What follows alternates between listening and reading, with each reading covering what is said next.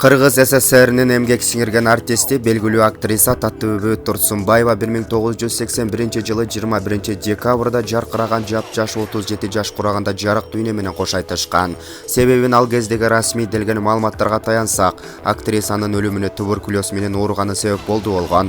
Анткен менен эл арасында Таттыбүбү көрө албастардын курмандыгы болуп калды деген сыяктуу. Ар кандай имиш-кептер айтылып калган, азыркыга чейин да айтылып келет. Жакында эле улуу актрисанын өлгөн күнүндө жакындары Куран түшүрүп эскеришти.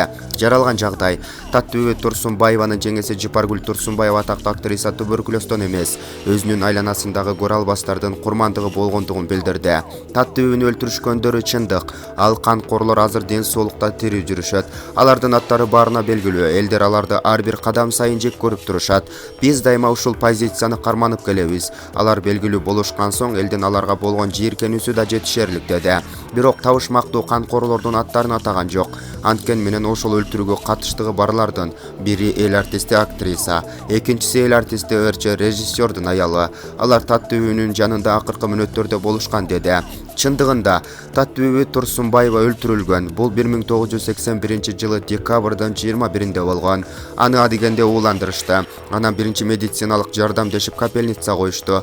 Андан соң атайлап көзөмөлсүз калтырып коюшат. Капельницанын ичиндеги нерсе агып түгөнгөн соң венага аба кирип, Таттыбүбү аба эмболиясынан өлөт. Андан 3 күн өткөн соң аларга сатылган чүү медайымды да өлтүрүп салышкан. Таттыбүбүнүн 2 баласы, тиги медайымдын 3 баласы болуп 5 бала жетим калды.